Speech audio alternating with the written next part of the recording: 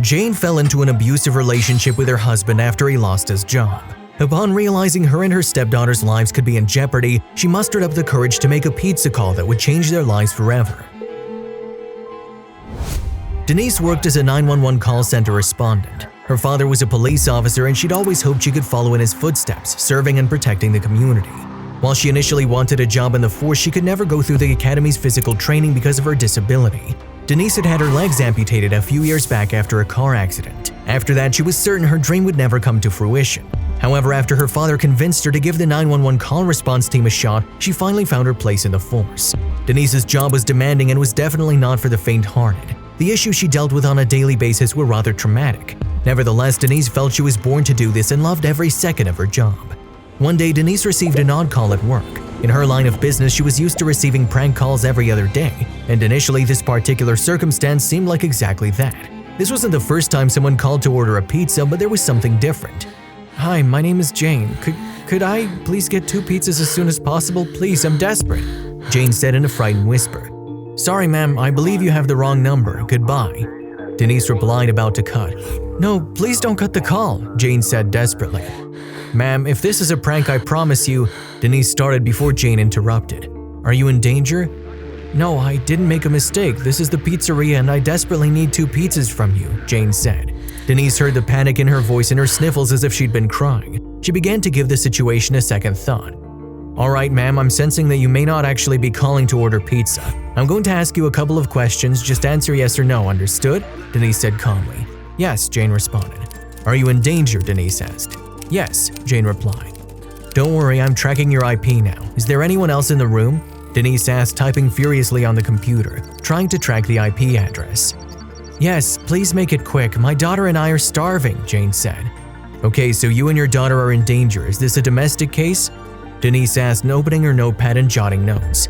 "Yes, but please deliver the pizza as soon as possible," Jane replied. "Okay, just stay calm, Jane. So it's a man?" Denise asked. "Yes," Jane said. "Is he harmed? Is he alone?" Denise asked. "Yes and yes. Please, we're hungry," Jane said softly. "All right, just hang in there, Jane. We're almost done and we have your location. Does your house have a back entrance?" Denise asked. "No, just the front door," Jane said. Then suddenly Denise heard a man yelling on the phone. "Who are you talking to? Hang up!" the man shouted. "I was just getting pizza for…" Jane started before a sharp knock sounded over the phone, then it cut. "Hello, Jane? Jane, are you still there?" Denise asked, but the phone had been dropped. Fortunately, Denise had already located their address and had a team on their way to Jane. The brigade team arrived at the house shortly after Jane had cut the phone. They arrived just in the nick of time, too. They kicked the door in to find Jane's husband drunk. Meanwhile, Jane and her daughter hid in the next room weeping bitterly. The place was a mess with beer bottles and pizza boxes everywhere.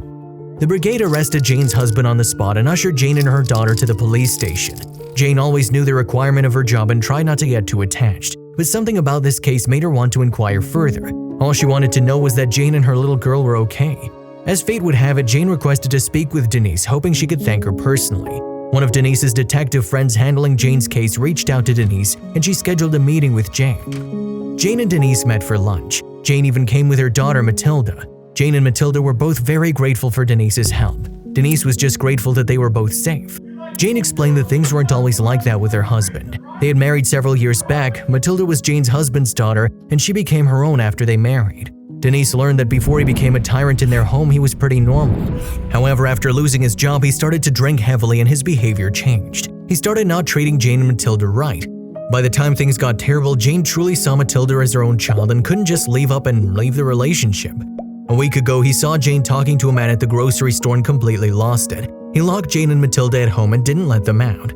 Jane's story touched Denise deeply and she promised to help however she could. In the end, she didn't have to. Jane's husband was arrested and the court denied him his parental rights. Jane took sole custody of Matilda and loved her as her own. Jane and Matilda underwent therapy together, and after a couple of months, with the help of their new friend Denise, they were able to piece their life back together again. If you liked the video, please give it a thumbs up and consider sharing it with someone who may find it interesting. Thanks for watching, and I'll see you in the next video.